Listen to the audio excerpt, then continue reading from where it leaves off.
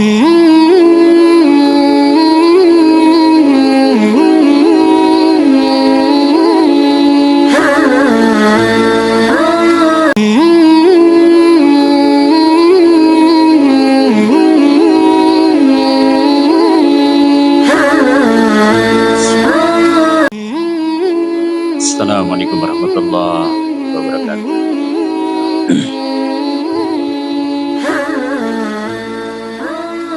Alhamdulillah alladzi arsala rasulahu bil huda wa dinil haq yudhhirahu ala dini kulli wa kafa billahi syahid. Asyhadu an la ilaha illallah wahdahu la syarikalah wa asyhadu anna Muhammadan abduhu wa rasuluh.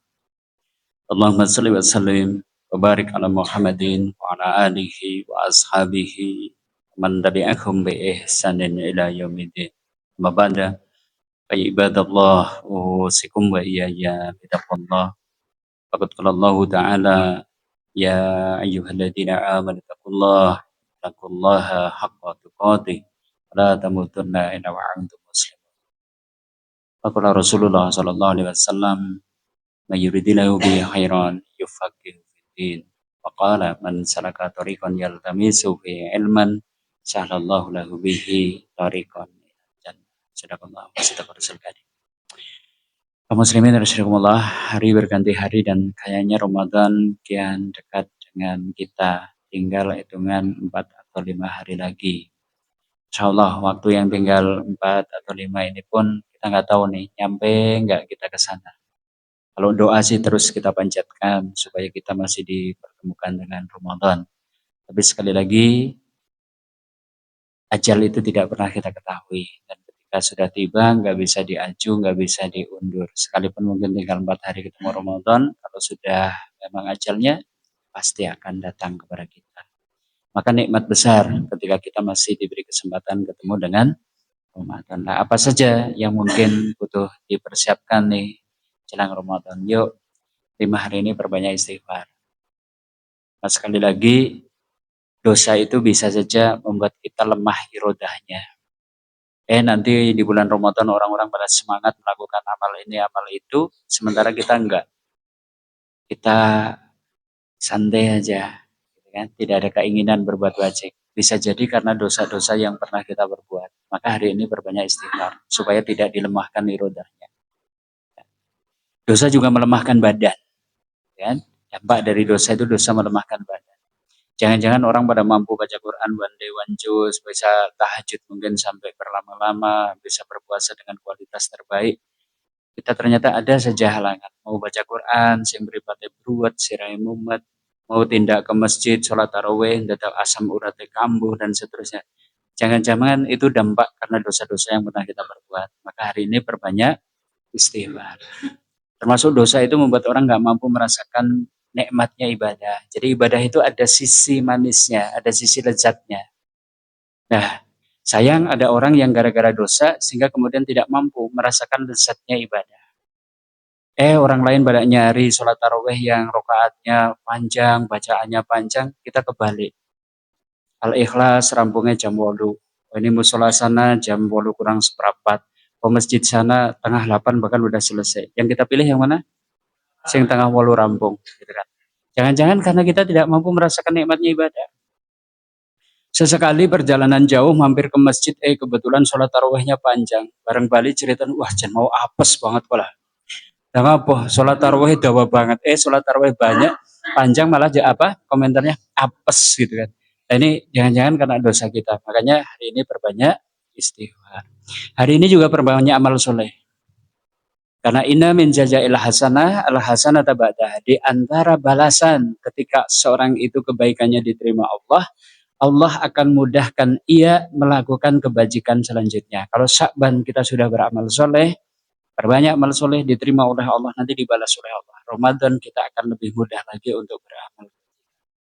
Termasuk hari ini yuk motivasi diri, semangati. Harus bikin target, harus bikin rancangan amal. Ketemu Ramadan itu nikmat besar. Jangan sia-siakan. Belum tentu kita masih dapat kesempatan ketemu Ramadan yang akan datang. Nah, termasuk kita butuh persiapan ilmu. Karena ada kaidah penting ya dalam kitab Sahih Al-Bukhari. Al-ilmu qoblal qaul wal amal. Wajibnya orang berilmu sebelum bicara dan beramal. Di hadapan kita ada amal besar yaitu ibadah puasa, satu ibadah pokok mungkin di bulan Ramadan. Ini kita angkat tema ini. Ini refresh, sifatnya penyegaran karena saya yakin Bapak Ibu sudah ketemu Ramadan ada yang 50 kali, ada yang 60 kali, 70 kali. Swapal banget itu dengan ibadah puasa. Tapi karena ibadah ini tahunan, puasa Ramadan ya bisa jadi karena tahunan kadang butuh disegarkan. Kita fikih praktis ibadah puasa sifatnya refresh penyegaran saja. Baik kaum muslimin, sebelumnya salawat serta salam semoga senantiasa tercurah kepada uswah kita, teladan kita Rasulullah Muhammad sallallahu alaihi wasallam serta keluarganya, sahabatnya dan juga orang-orang yang sikoh dalam dinul Islam ya. Kita mulai dari sini dulu. Apa sih pengertian ibadah puasa itu? Apa itu saum? Secara bahasa, puasa itu artinya imsak. Imsak itu artinya apa? Menahan. Jadi memang inti daripada puasa secara bahasa ini imsak. Makanya ya kalau secara bahasa nggak salah. Ada posom bisu. Berarti puasa menahan diri tidak bicara. Ada poso mutih. Berarti apa? Puasa menahan diri tidak makan kecuali yang putih-putih. Kapuk, kapur gitu kan. Mukena, labur gitu kan. Geduk putih ya. Itu. Tapi kalau secara istilah ini menahan diri dari perkara yang membatalkan puasa dari terbit fajar sampai terbenam matahari disertai dengan niat ibadah. Inilah pengertian puasa secara syariat. Jadi tidak makan, tidak minumnya ada ketentuannya dari terbit fajar sampai terbenam matahari. Tapi itu pun dengan niatan apa? Sebagai bentuk taqarrub ilallah. Karena ada orang yang mungkin melakukan pekerjaan yang sama, durasinya sama, tapi ketika niatnya bukan ibadah, ya tidak akan mendapatkan pahala. Ini menjadi satu hal yang penting. Ada orang yang mungkin dari pagi, subuh, sampai kemudian maghrib tidak puasa. Bu, kenapa? Kok jenengan mboten dahan, mboten ngunjuk seharian? Iki wong diperintah dokter jarane engko bar maghrib kudu operasi. Kawit subuh sampai maghrib tidak makan, tidak minum. Dapat pahala enggak? Dapat pahala enggak? Kenapa?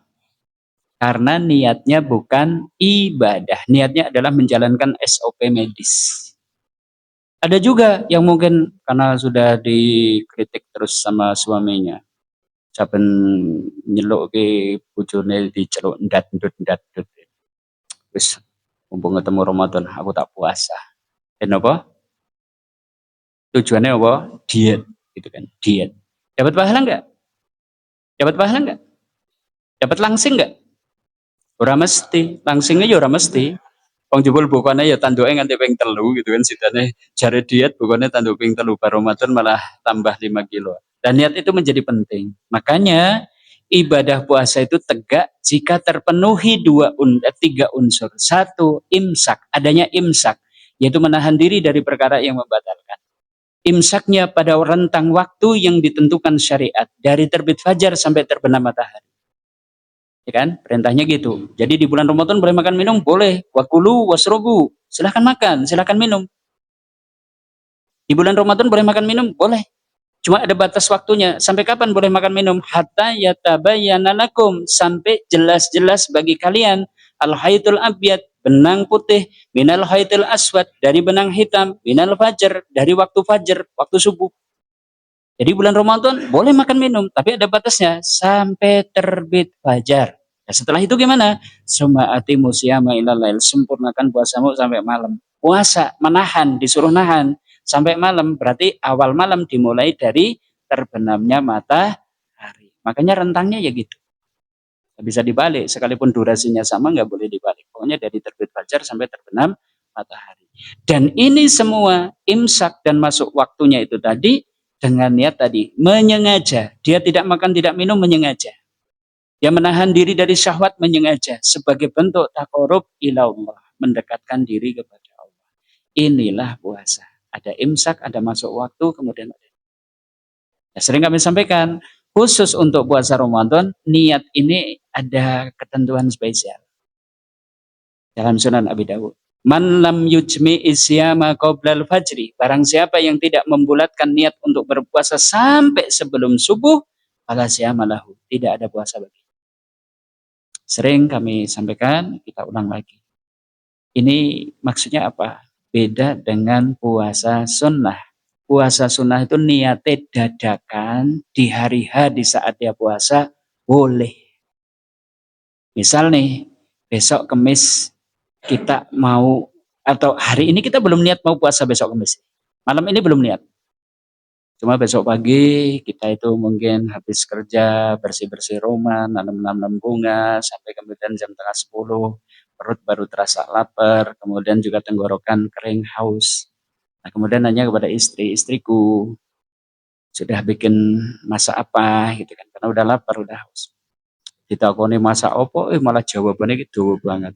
Sing jere gua saya entek, dompet kosong, kendil jomplang, beras regone larang, gula teh.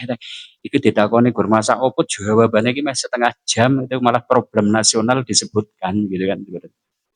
Si suami ya wis ditimbangan, ya wis deh, ora usah dijelaskan dawa-dawa gitu kan. Wis aku tak puasa wae. Berarti jam 10 itu niat, baru niat puasa. Tadi nggak niat puasa. Kalau puasa sunnah gimana? Boleh. Yang penting dari subuh sampai jam 10 itu belum melakukan perkara yang membatalkan puasa. Tapi kalau puasa Ramadan itu tidak, nggak boleh, nggak sah. Misal nih, tanggal 25 Ramadan, panjenengan niat jemput cucu di Jakarta, tanggal 25 Ramadan. Malam harinya jadi gojek-gajik nih, karena berangkat pagi supaya sampai Jakarta itu misalnya sore. Besok puasa nggak ya? Besok puasa nggak ya? Besok puasa nggak ya? Puasa kayaknya berat nih, perjalanan 500 kilometer lebih. Dan ini masuk kategori safar, yang sebenarnya boleh tidak puasa. Tapi tidak puasa, sok ben nek kon ngodok nyarutang dhewean poso kok rasanya gimana? Wah, abot ya, abot itu. Bingung itu. Semalaman itu bingung. Bahkan sampai pagi tiba, bahkan kemudian sudah melakukan perjalanan, ini pagi jam 6 sudah berangkat naik mobil, baru sampai Purwokerto, baru kemudian ya sudahlah. Agawa puasa baik, barang mangkora kuat ya aku tak medot. Saya tanya, bulat enggak niatnya? Jajal tak gawa puasa, bareng ora kuat yang kok tak medot. Bulat enggak niatnya? Lonjong apa kotak? Orang bulat lonjong. Berarti nggak bulat. Andai dia orang ini kemudian ternyata kuat menahan diri tidak makan tidak minum sampai Jakarta itu sore maghrib baru dia makan.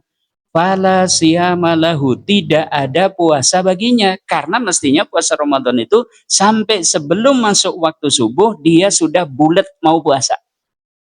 Bisa dipahami? Oke, ini kaitannya dengan niat. Nah sekarang yuk kita tengok mana sih dalil wajibnya bahwa puasa Ramadan itu wajib. Oke, Al-Quran ayat ini sudah jelas.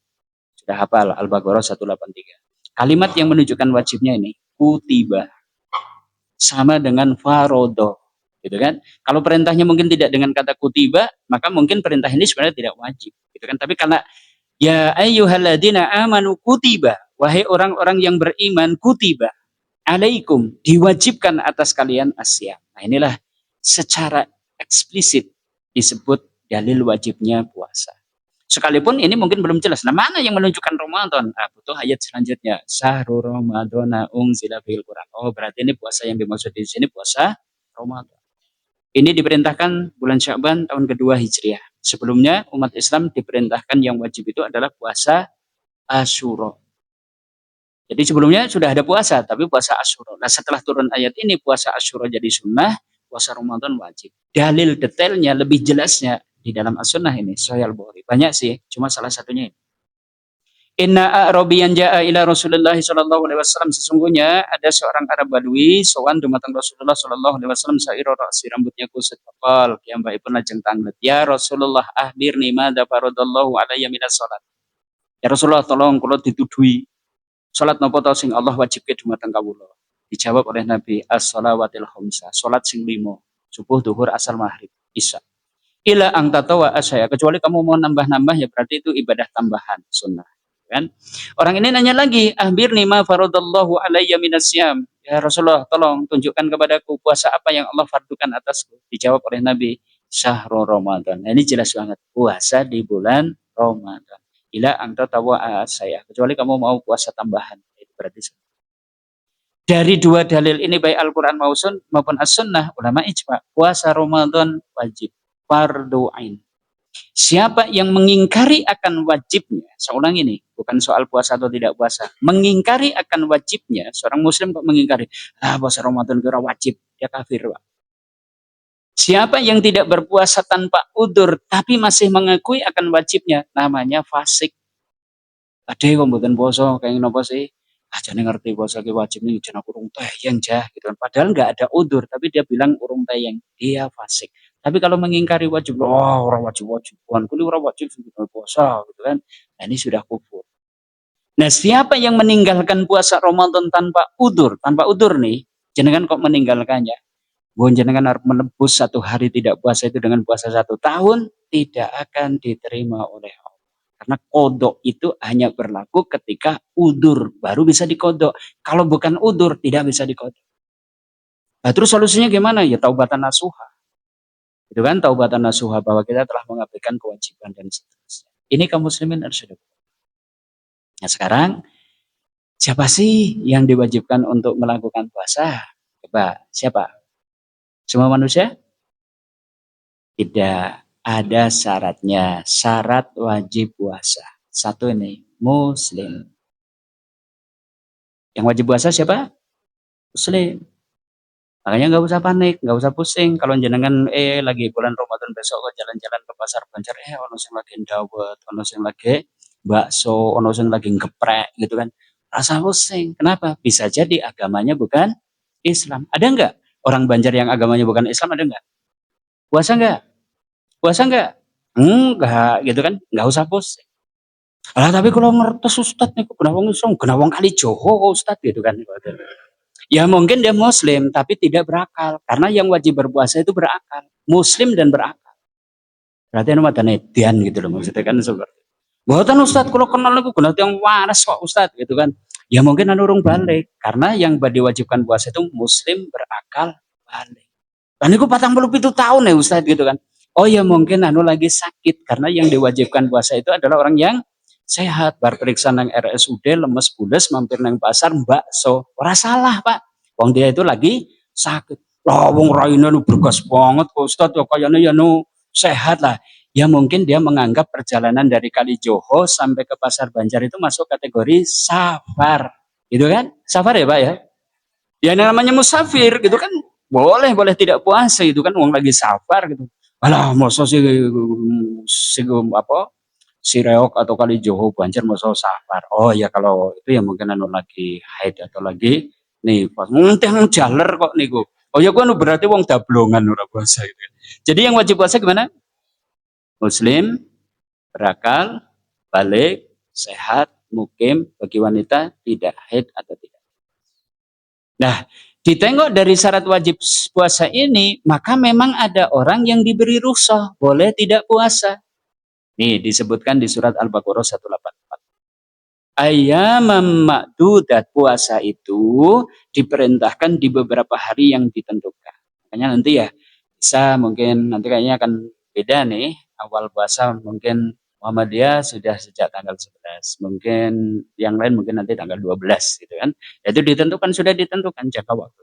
Gak usah pusing nanti kalau beda, ya karena beda metodologi aja. Sama aja gitu kan, silakan ikuti yang jenengan yakini. Nah, kemudian disebutkan Pamangkana minkum maridon, siapa di antara kalian maridon, sakit, au ala safarin, atau dalam perjalanan jauh, boleh nggak puasa? Dengan kewajiban fa'iddatum min ayyamin ukhar, dengan mengganti puasa di hari yang lain. Qadha. Wa alal ladina yutiqunahu, adapun orang yang sudah tidak sanggup lagi kalau menjalankan puasa, boleh tidak puasa, tapi kewajibannya ini fidyah. Ta'amu miskin, dengan memberi makan kepada orang miskin.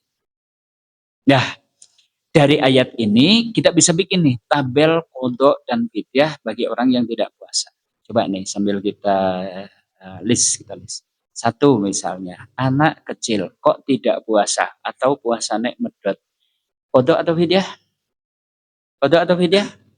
Tidak qadha, tidak fidyah. Kalau orang yang sakit tapi ada harapan sembuh, meriang, watuk-watuk, pilek, atau mungkin kesandung sehingga kemudian nggak bisa puasa, atau mungkin diare sehingga tidak puasa, kewajibannya apa? Qadha atau fidyah? Qadha, tidak fidyah. Nggak bisa fidyah. Adapun orang yang sakit masih muda tapi sakit menaun, mungkin stroke, ada problem dengan jantung atau mungkin komplikasi ini komplikasi itu, secara medis nggak mungkin lagi dibawa puasa, dia boleh tidak puasa. Kewajibannya apa? Qadha atau fidyah? Qadha tidak mungkin karena ini sakit menaun, gitu kan? Ya sudah, cukup dengan fidyah. Kalau ada misalnya nih orang jompo sudah sepuh tidak kuat lagi kalau dibawa puasa, kewajibannya apa? Qadha atau fidyah? Ya, qadha tidak, cukup dengan fidyah. Adapun musafir, dia juga boleh tidak puasa dengan kewajiban apa? Ya, qadha, tidak boleh fidyah. Adapun wanita hamil dan menyusui, kalau menurut Imam Syafi'i dibagi menjadi 3 kategori. Wanita hamil dan menyusui yang tidak puasa karena khawatir akan kesehatan dirinya. Ibu, kon jenengan boten puasa sih kenging nopo? Iya sih, aku anu kok ora sanggup iki, lagi hamil, lagi menyusui kalau dibawa puasa rasanya lemes banget. Nah, yang kayak gini menurut Imam Syafi'i wajib qadha tidak fidyah karena disamakan dengan maridun. Adapun kalau wanita hamil dan menyusui kok tidak puasa yang dikhawatirkan bayinya, Bu, kok mboten puasa?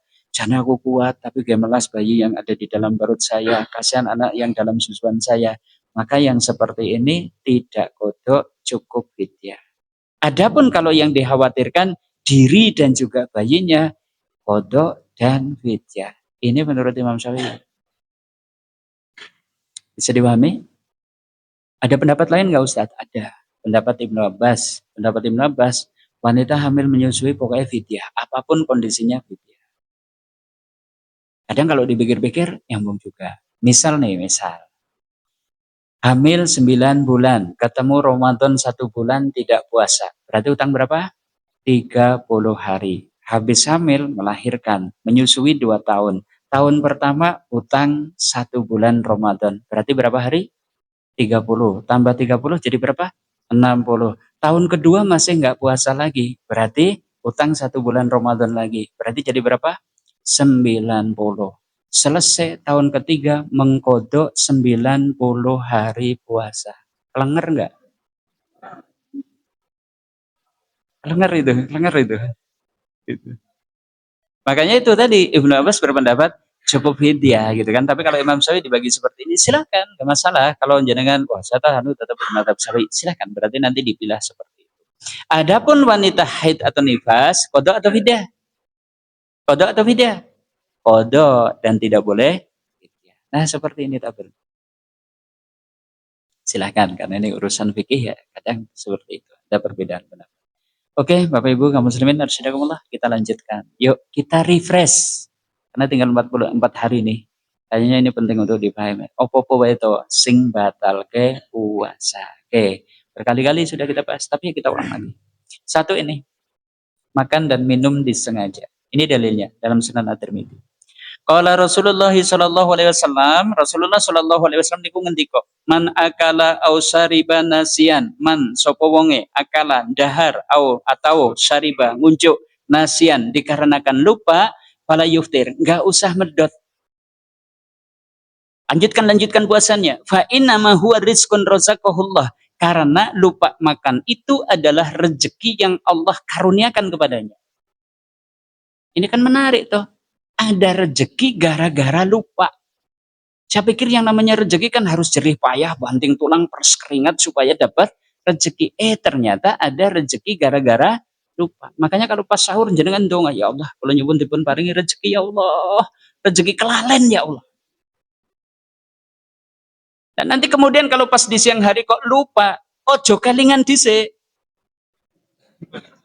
Gitu ya, jangan dulu kelingan, cepat pokoknya udah harus sing katasik gitu kan.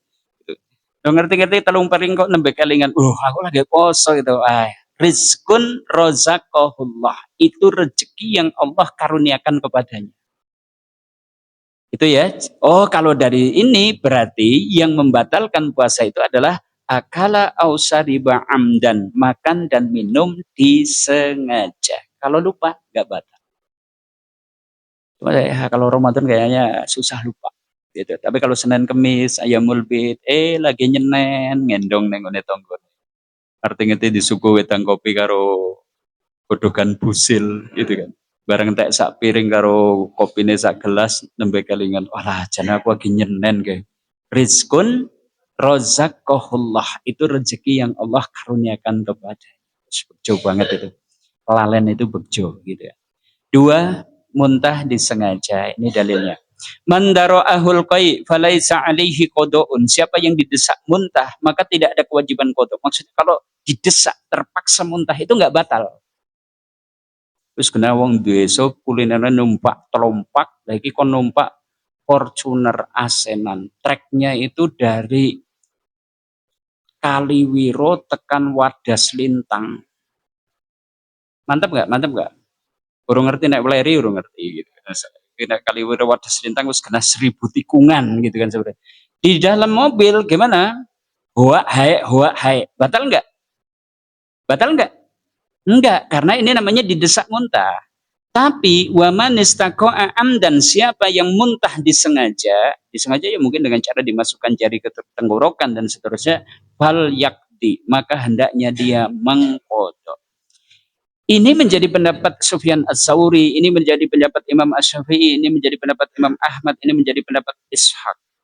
Cuma segolongan ulama berpendapat hadis ini tidak sampai derajat sahih, sehingga kemudian muntah baik disengaja maupun tidak disengaja tidak membatalkan puasa. Silakan kalau ikut madhabnya Syafi'i berarti menyengaja muntah puasa 3.